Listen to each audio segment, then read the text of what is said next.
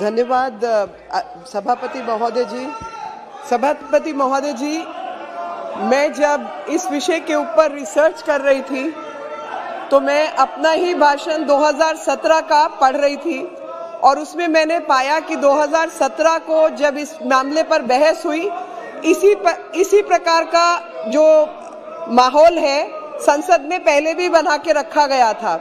अब विपक्ष की हालत ये हो गई है कि कश्मीर से कन्याकुमारी तक के रास्ते में जितने चुनाव हैं उसमें लगातार भारतीय जनता पार्टी अच्छा कर रही है और ये लोग लगातार पिछड़ रहे हैं अपनी इन हरकतों की वजह से ही।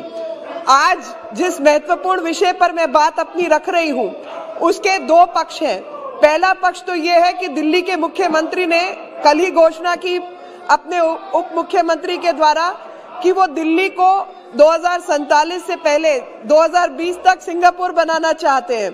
तो जब सिंगापुर बनाने की बात आई तो मैंने कहा भाई जरा हिसाब किताब देख लिया जाए।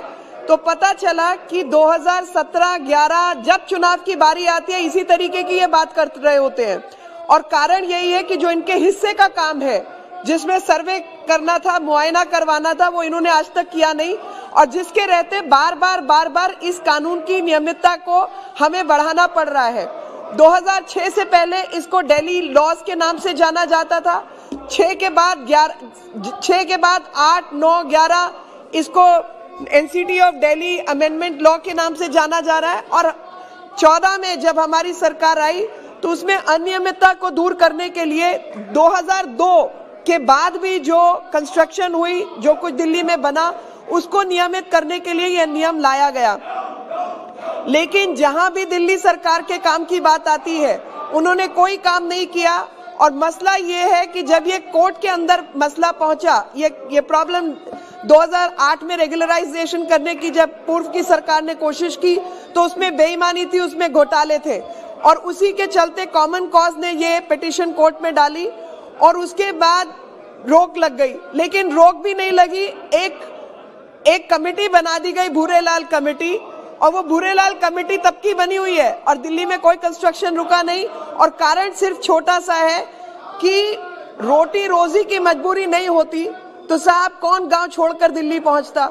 असलियत में रोटी रोजी की मजबूरी रही और लोगों को गांव छोड़ने पर मजबूर होकर दिल्ली, मुंबई आदि शहरों में जाना पड़ा और यहाँ की हालत ये थी कि शहर को बढ़ाने के लिए वो सब सस्ती लेबर और तमाम तरीके के लोगों की जरूरत थी, लेकिन उनके लिए सुविधाएं देने का काम जो करना चाहिए था या प्लान तरीके से शहरीकरण होना चाहिए था वो पूर्व की सरकारों ने नहीं किया।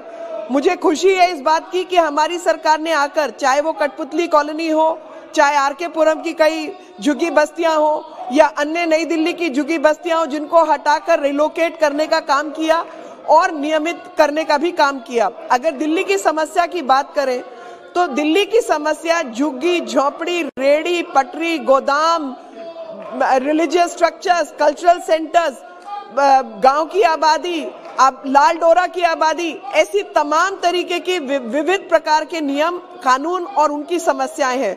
2008 में इससे निजात दिलाने के लिए कोर्ट ने फैसला किया कि भाई आप डेवलपमेंटल एक्टिविटीज के लिए आपको किसी की परमिशन की जरूरत नहीं है, यानी जो बेसिक मानवीय अधिकार है जिसमें पानी, सड़क, नाली, सीवरेज, टॉयलेट्स, ये सब करने के लिए आपको किसी की आधिकारिक रूप से आवश्यकता नहीं है, ये आप दिल्ली सरकार प्रोवाइड कर सकती है।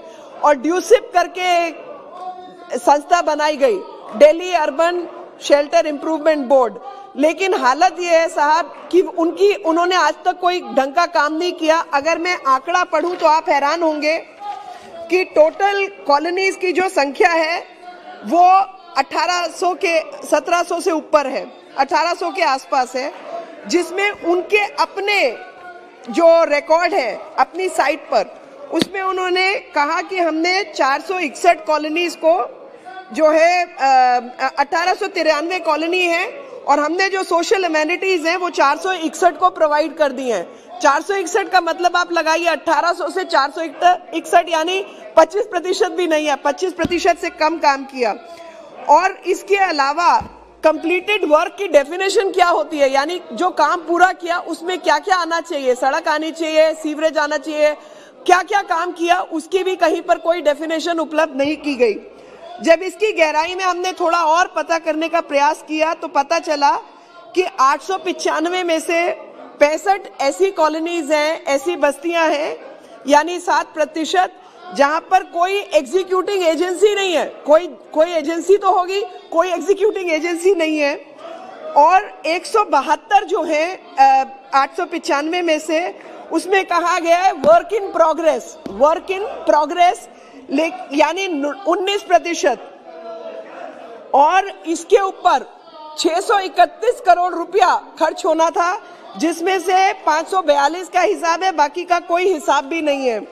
अध्यक्ष जी, लगातार इन झुग्गियों में जो रहने वाले लोग हैं उनकी जब बात की जाए तो उन्होंने बड़ी गाढ़ी मेहनत की कमाई से इन इलाकों को, पट्टों को लिया है। वो अनियमित है, लेकिन पैसा जो इनका खर्च हुआ है वो असली पैसा खर्च हुआ है। और जब मैं बार बार इस बारे में सोच रही थी तो अभी कुछ दिन पहले मैं केरल के एक ट्राइबल क्षेत्र में थी, जहां पर लोग कह रहे थे कि हमें भी स्वामित्व स्कीम के तहत पट्टा अगर मिल जाता तो हमारे जीवन में सुधार आ जाता। तो मैं माननीय प्रधानमंत्री जी की स्वामित्व की जो नीति है उस विषय में सोच रही थी। ठीक उसी प्रकार से दिल्ली के अंदर भी जो ये अनऑथराइज्ड कॉलोनीज जिसको कहा जाता है, वो अनऑथराइज्ड कॉलोनी भले ही है, लेकिन उसमें रहने वाले लोगों का ऑथराइज्ड पैसा उसमें खर्च हुआ है। और इतने अधिक संख्या में इतने लंबे समय तक लोग इसमें बसे रहे और लगातार तकलीफ में रहे, ये किसी भी सरकार के लिए अशोभनीय है। तो जिस प्रकार से स्वामित्व के तहत पट्टा देने का काम हमारी सरकार ने प्रधानमंत्री नरेंद्र मोदी जी के नेतृत्व में किया, ठीक उसी प्रकार से दिल्ली में झुग्गी बस्तियों में रहने वाले लोगों को भी अपने जमीन पर मालिकाना अधिकार प्राप्त हो, उसके लिए ये नियम बनाया गया। और प्रॉपर्टी रिलेटेड जो प्रॉपर्टी राइट्स एक्ट है उसको भी 2019 में लाया गया। तो इसके जो लाभ है वो 3 है।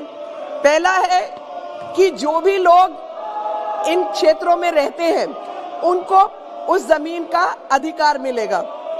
दूसरा है, प्रॉपर्टी उनके नाम पे होने की वजह से बैंक आदि के अंदर नियम अनुसार उस पे लोन लेना या एक आधिकारिक रूप से उस पे काम करना वो मुनासिब होगा। तीसरी चीज कि जो सर्विसेज है, सड़क, बिजली, पानी, नालियां, ये सब आने की वजह से उनका जो ईज ऑफ लिविंग है वो बेहतर होगा। और यही कारण है कि लगातार हमारी सरकार को इस पर काम करना चाह रही है और लगातार इसमें रजिस्ट्रेशन का काम भी शुरू हो चुका है। और कई लोगों को, कई हजार लोगों को वो उसकी स्लिप भी मिल चुकी है, जो कि पहले की सरकारों ने 2008 में धोखा देकर रजिस्ट्रेशन के सर्टिफिकेट बांटे थे, लेकिन वो सरासर धोखे का काम किया था। लेकिन धोखे के काम से हटाकर असलियत में लोगों को उनका अधिकार मिले, इसके लिए काम किया जा रहा है। और इसके तहत अगर रेलोकेशन पॉसिबल होगा, चाहे मार्केट एसोसिएशंस हैं जिनके पैसे कम करके सरकार ने काम किया, सरकार की मैं प्रशंसा करना चाहती हूँ, माननीय मंत्री जी की प्रशंसा करना चाहती हूँ कि इतने लंबे इतिहास को सुलझाकर इन्होंने काम किया। आगे भी ऐसा काम होता रहे। जो 2, 4, 5 बची हुई कॉलोनीज हैं उन पर भी काम हो। आपने मुझे मेरी बात कहने का